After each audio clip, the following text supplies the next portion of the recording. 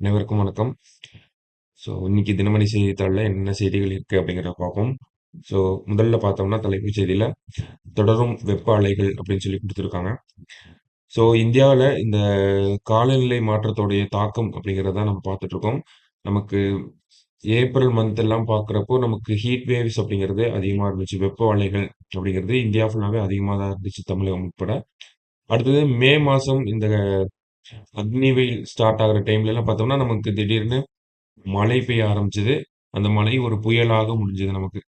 மறுபடியும் இப்ப என்ன ஆயிருக்கு அப்படின்னு பார்த்தோம்னா, கேரளம் அந்த சைட்ல எல்லாம் நமக்கு பருவமழை ஆரம்பிச்சிருச்சு. ஆனா மத்திய இந்தியால, வட இந்தியால மறுபடியும் வெப்ப அலைகள் ஆரம்பிச்சிருக்கு. ஸோ கிளைமேட் சேஞ்சோட இம்பாக்ட்ட தான் நம்ம இந்த இடத்துல பார்த்துட்டு இருக்கோம். சரிங்களா? அடுத்தது முக்கியமான செய்தியா என்ன குடுத்துருக்காங்க அப்படின்னா, பிரிட்டன்ல பிரிட்டன்லிருந்து 100 மெகா டன் தங்கம் இந்தியா வந்தது அப்படின்னு சொல்லி குடுத்துருக்காங்க.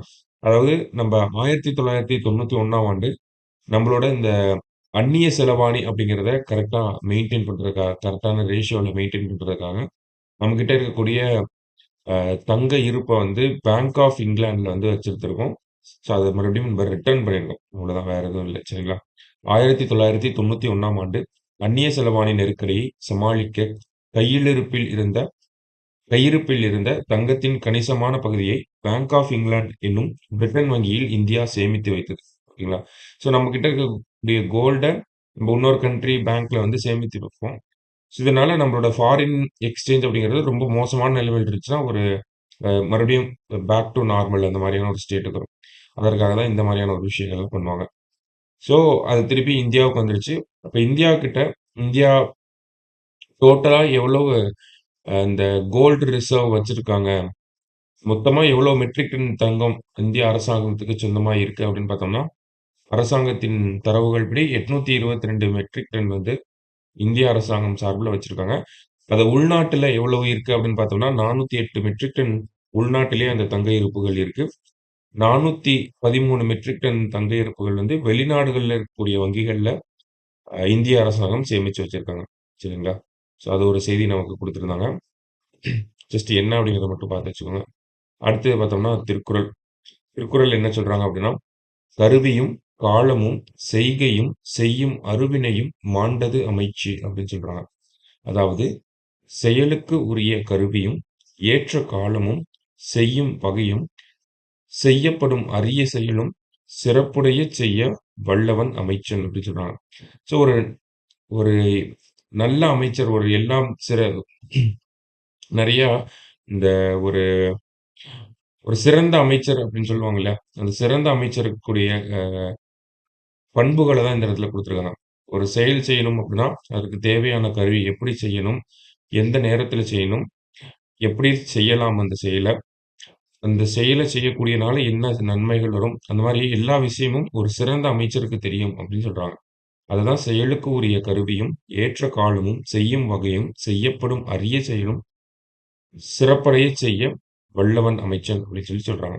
திருக்குறள் எண் 631 அதிகாரம் அமைச்சு. கடைசியா பார்த்தோம்னா, இந்தியாவின் பொருளாதார வளர்ச்சி குறித்து தேசிய புள்ளியியல் அலுவலகத்தில இருந்து நமக்கு ஒரு புள்ளி விவரங்கள குடுத்திருக்காங்க. அந்த வகையில கடந்த 2023, 24ஆம் நிதியாண்டில் இந்தியாவின் மொத்த உள்நாட்டு உற்பத்தி கிராஸ் டொமஸ்டிக் புராடக்ட் அப்படின்னு சொல்லுவோம். இல்லைங்களா இங்கிலீஷ்ல.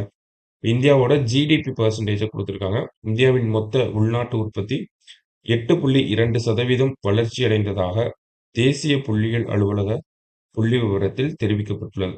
இப்ப நம்மளுடைய ஜிடிபி குரோத் அப்படிங்கிறத குடுத்திருக்காங்க. கடந்த 2022, 23 நிதியாண்ட எடுத்து பார்த்தோம்னா, இந்தியாவோட ஜிடிபி குரோத் அந்த மொத்த உள்நாட்டு உற்பத்தியோட வளர்ச்சி 7% இருந்துச்சு. அதுவே அ நடந்து முடிஞ்ச நிதியாண்டுக்கு பார்த்தோம்னா, 2023, 24 நிதியாண்டுக்கு எடுத்து பார்த்தோம்னா, நம்மளுடைய இந்த மொத்த உள்நாட்டு உற்பத்தியோட வளர்ச்சி 8.2% இருக்கு. அப்படிங்கிறப்ப நம்ம என்ன இதிலிருந்து புரிஞ்சுக்கிறோம்னா, தேசிய புள்ளியியல் அலுவலகத்துடைய அந்த புள்ளி விவரங்கள்ல இருந்து பார்க்கிறப்ப, இந்தியாவின் பொருளாதாரம் அப்படிங்கிறது ஒரு சீரான வளர்ச்சிய எடுத்துட்டு வருது அப்படிங்கிறத நம்ம பார்க்கணும். சீரான வளர்ச்சி இந்தியாவோட பொருளாதாரத்தில இருக்கு அப்படிங்கிறத பார்க்கணும். இந்த ஒரு தரவுகள நம்ம சரியா எடுத்துக்க முடியுமா அப்படின்னு கேட்டா, நமக்கு இன்டர்நேஷனல் லெவல்ல இந்த ஐஎம்எஃப், வேர்ல்ட் பேங்க் இவங்கலாமே கூட இந்தியாவோட பொருளாதாரம் ஒரு நல்ல ரேட்ல வளர்ந்துட்டு இருக்கு அப்படிங்கிறத தொடர்ச்சியா சொல்லிட்டே தான் இருக்காங்க. சரிங்களா? தி ஏசியன் டெவலப்மென்ட் பேங்க் இந்த மாரி இருக்கக்கூடிய எல்லா பேங்க்குமே நமக்கு இந்தியாவோட பொருளாதாரம் வளர்ந்துட்டு வரத அவங்களுமே குறிப்பிடுறாங்க. நம்மளோட ஆர்பிஐயும் அதே தான் சொல்றாங்க. இப்ப நேஷனல் ஸ்டாட்டிஸ்டிக்கல் ஆஃபீஸ் அவங்க வெளியிட்ட தரவுகளும் அதே தான் நமக்கு குறிக்குது. இதன் மூலியமா நம்ம என்ன கண்டுபிடிக்கிறோம்னா, இந்தியாவோட பொருளாதாரம் ஒரு நல்ல ரேட்ல வளர்ந்துட்டு இருக்காங்க. டிக்ளைன் ஆவல, ரொம்பவும் இன்கிரீஸ் ஆகல. ஒரு சீரான வளர்ச்சி அப்படிங்கிறத எடுத்துட்டு வரோம். ஓகேங்களா? ஸோ அதற்கு முக்கியமான காரணம் என்ன அப்படின்னு பார்த்தோம்னா, இதற்கு உற்பத்தி துறை சிறப்பாக செயல்பட்டது முக்கிய காரணமாக இருக்கு அப்படிங்கிறத சொல்றாங்க. இந்த வளர்ச்சி இந்தியாவின் பொருளாதார மதிப்பு 3.5 டிரில்லியன் டாலராக எட்ட உதவியது அப்படின்னு சொல்றாங்க. ஸோ நம்ம ஜிடிபி குரோத் அப்படிங்கிறது 8.2% வளர்ந்திருக்கும். அதனால இந்தியாவோட எக்கானமியோட வேல்யூ பார்த்தோம்னா, 3.5 டிரில்லியன் டாலர்ஸா இருக்கு. நம்மளோட நம்மளோட இலக்கு என்ன அப்படின்னு பார்த்தோம்னா, 5 டிரில்லியன் டாலர் அப்படிங்கிறது தான் நம்மளோட இலக்காவும் இருக்கு. ஓகேங்களா?